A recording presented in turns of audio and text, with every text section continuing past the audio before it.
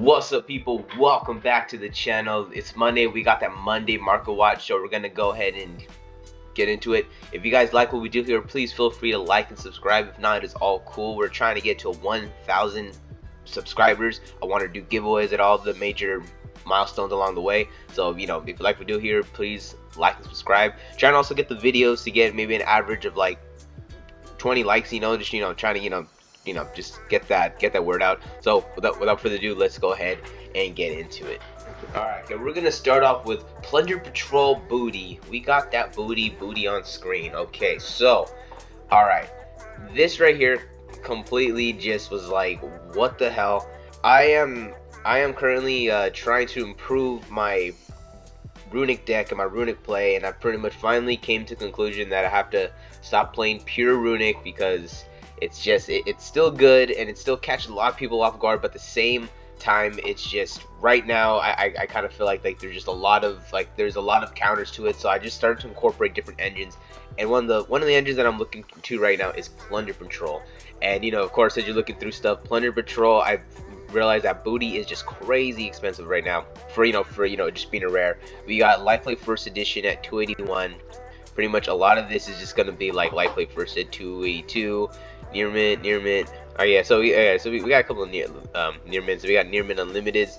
They're pretty much in the $3 range, no matter which copy that you're looking for. I was looking up to find two, so I was like my heart was like kind of pumping. I was like, oh man, am I gonna have to go either search through this whole box? I ended up searching through the whole box, but I did find two of them, so I'm like, all right, cool, I'm good. So yeah, just keep in mind that if you are looking to play Plunder Patrol, or if you do have these are going up. These are going up. Like, they are trending. They are kind of plateauing, but these are always moving. So we'll see if we get a reprint of this card. Plunder Patrol list. It's been a while since I've really talked about these cards, and I'm gonna be mostly focusing on the higher rarity stuff. And it's like this was kind of at a higher price point, and then it just started to dip down. Like, Plunder did kind of have a little bit of resurgence back in the meta, but it hasn't fallen that low. It isn't like it's all the way down. You got this near mint right here for 443, so in the $5 range. But after this one's gone, it's to the $7 range. So it's pretty much, I would say, it's in the $6 to $7 range for the original. It does have the budget version. There we go. Come on here. So it does have the budget version, so I wouldn't really worry. Wouldn't really be worried too much about it. But if you do want to go higher rarity, a lot of these are really higher. We got the secret rare of the Plunder Patrol Mork. This one right here, I believe, is going to be in the $4 range. Let's see, near mint unlims, 340, 359, 360. So if we're adding that dollar, it's going to be over $4. But if you're able to get everything, we're looking at in the $3.50 to $4 range for this card. So like I said, it does have a lot of these have like budget options, so that's really cool. But there's a lot of players, especially when the price isn't $10 a piece. A lot of people want to go over this one. Plunder Patrol ship Braun. I was looking at this one kind of closer. This is probably one of the more cheaper ones. You got the near mint first did 225, 245, 249. So it's in the 250 range. Then it does have its budget version. All of them came out from Ghost from the Past 2. It's just 6 cents, so that's just kind of something to keep in mind. Blackbeard, the Plunder Patrol captain. I remember when I actually held on to 9 copies of these ultra rares. So I just held on to 9 of them, and I knew these were gonna spike. I just had a feeling. I had this feeling, and I was just so glad when I saw them shoot up to $9, $10 a piece. But now they have very much came down. They were at 3s a while ago, but now they just been sliding down right here. They're kind of settling in 83, 84 cents. So that's not bad. For this card, 84 cents. You got the secret rare, which is the budget version right here. But it is starting to go up. I see it is kind of going up now. It's kind of going, well, it is going down here, but it is up from its 30-cent mark. It's in the 49 cents, 50 cents. So that's actually something to watch out for, because I wouldn't be surprised that if Plunder kind of came back in the meta, that if the ultra rare were to go up to $3, I wouldn't be surprised if this goes to $5, just because this is technically it's the higher rarity.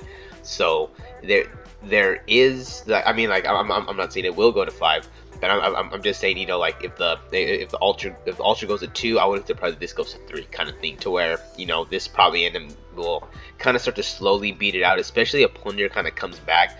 I really see the way that they're using the deck, and I like it because they're able to incorporate kaijus, and just being able to incorporate kaijus in your main deck was like very, very, very good. That is actually how I was able to run Runic Stun, you know, like very well in this format. Like, you know, like even though it wasn't like getting me where I wanted to be, it was getting me a lot of good, clean games against a lot of decks that I shouldn't have got the game against, just because I ran the lava golems and the kaiju. So being able to incorporate that in your main deck in this format is actually really good. So that's kind of why I want to try this engine out. You got the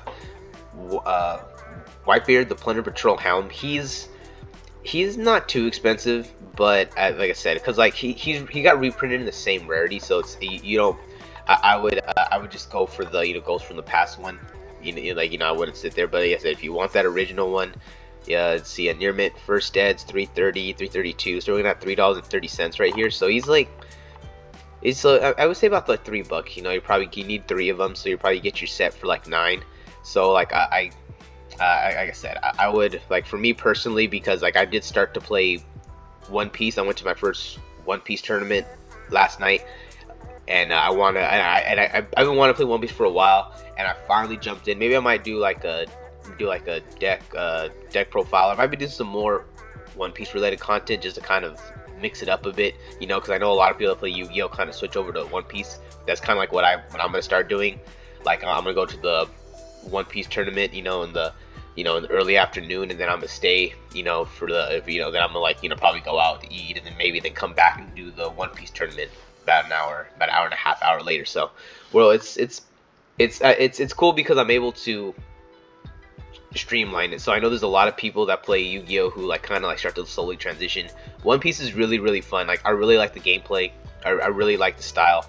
So that's really something that I kind of like, that I kind of want to do. So if you're, like I said, so if you're someone like me who's like kind of trying to like sneak over to another card game, I would just kind of stick over to the $1 ones right here. And then I also brought this up because you have different versions of it right now. So you have Redbeard, the Plunder Patrol, like matey. You have the like, Ignition Assault one. He's just like going for, they got the damage one, then he's 249, 260. So he's kind of like in a similar boat to where he's kind of almost in the $3 range for the original one. But of course, you know, he has a budget version. The helm, this one's about $1, kind of similar right here. This one's going for like 80 cents. These are all like the reprints from Ghosts from the Past. Well, not this one, is a super rare. Kind of want to check for these right here. I might have a couple of those laying around. Even that, yeah. See, a lot of these have their budget versions, but even this one right here, like these, she's one of the few cases of the reprints. This one was a little bit higher, but here's a case where the reprint's starting to go up. She's 55 cents, 59 cents. This guy has 476 at 68 cents. So like, she's most likely going to be holding here. But like I said, if the deck takes off to where it becomes a hit, you just never know. But there, at the same time, there's a lot of copies of these cards, these kind of things out here. And then I think she's only kind of needed at 1. Yeah, I don't know. I'm kind of like looking more into it, and I'm actually kind of more surprised about the booty actually. Okay, so I was stalling. I don't know if you could tell, but I was stalling a little bit. I kind of was unnecessarily talking about the Plunder Patrol girl. I didn't even talk about her. The reason why is because I had to address triple tactics thrust. In a previous market watch a while ago, I mentioned how this card was not worth this price point, and I was right. I was correct, because it was the pre-release, and cards always fall the pre-release, so it falls.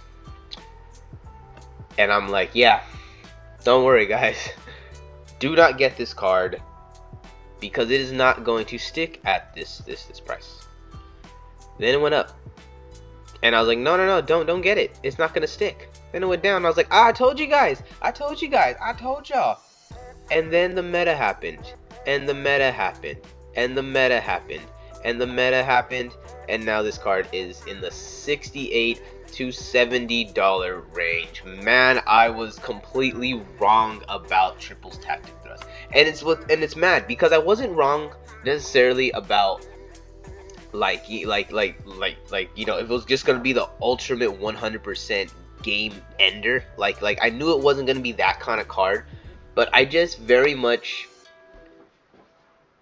was underestimating the power of triple tactics thrust into triple tactics talents, or triple tactics thrust into a pointer of the Red Lotus. Like I was thinking about that, but in this meta, to where if your opponent hand traps you, and if you're able to establish a small board, but then do something to take out the number of their hands, or bring out a really powerful stun card while they have one or two less cards in their hand, that is actually really good. Like not only that, there's just multiple different examples of triple tactic thrust just completely being the card that just changes that could change everything. Like it could turn it could turn a deck to where, if I get ashed here, if I get ashed here, it's gonna just make me a suboptimal board. This will fix that suboptimal board and make sure you have some kind of blowout card to go with that suboptimal board. And that right there is what I underestimated. And yeah, this card is just holding on to this $70 price point. This is a price point. This is pretty much the same price point right here where I said it was gonna fall to 50. It is not falling to 50. It is holding. This card has proved itself in the meta. I was very like I said, I wasn't wrong about it being the ultimate blowout, but at the same time, I just contradict myself. It can be the ultimate blowout because it doesn't always pan out. But I very much underestimated the level of that blowout. I thought it was gonna be more of like a level 4-5 threat. No, I thought it was gonna be, this is good for going again extra triple tactics, talent or something. But no, this went way farther than that. This went from a threat level 4 to a threat level 7 or 8. So yeah, that was just I just went over my head on freaking that one. Forbidden Lands. Okay, so let me just get back into this one. So I was playing and my homie told me about Forbidden Lands, and I was a little skeptical, and I ended up getting completely sauced by Infinite Impermanence. And man, I needed Forbidden Lands. Forbidden Lands was just really a killer card. You got the original super rares right here. These right here are going, the light play is going for 11. Oh man, light play unlives. Oh man, we're gonna be searching. We're gonna be searching for a bit, because you got a whole, the first edition is gonna be wild right here. These are unnecessary. These are all unnecessarily crazy. But these right here could go. They're 15 for those the unlimiteds. Wow, I was searching for them for a while. I was they're about 50 for the unlimiteds, but I don't even want to look at how much the near mid first ed is. Then the platinum rares, these are also whole. There's probably a lot of mod plays on here. Yeah, heavy, mod, light. Yeah, there's gonna be a lot of lights. But yeah, we're looking at $13. So yeah, even this one is kind of holding in that $13 price point. So yeah, gold rare 5s, 20 cents. So you do got a lot of budget versions. So I would pick this up sooner rather than later. I would stay away from the hollows and just go right for the common ones. This is a really good card to have right now.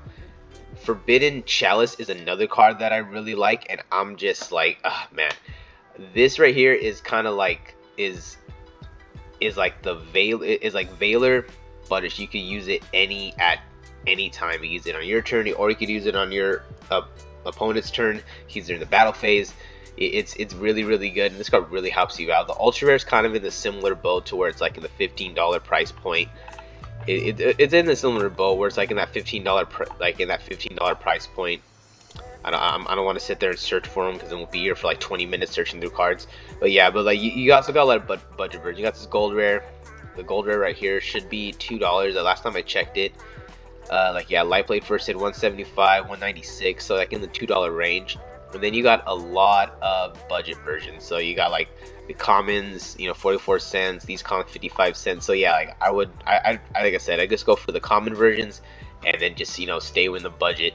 All right, guys, that's gonna be it for the market watch.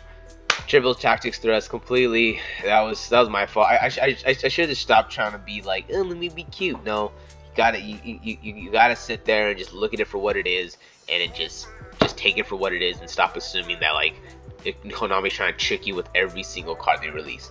All right, guys, that's it for the Market Watch. Peace out, and I'll catch you in the next one.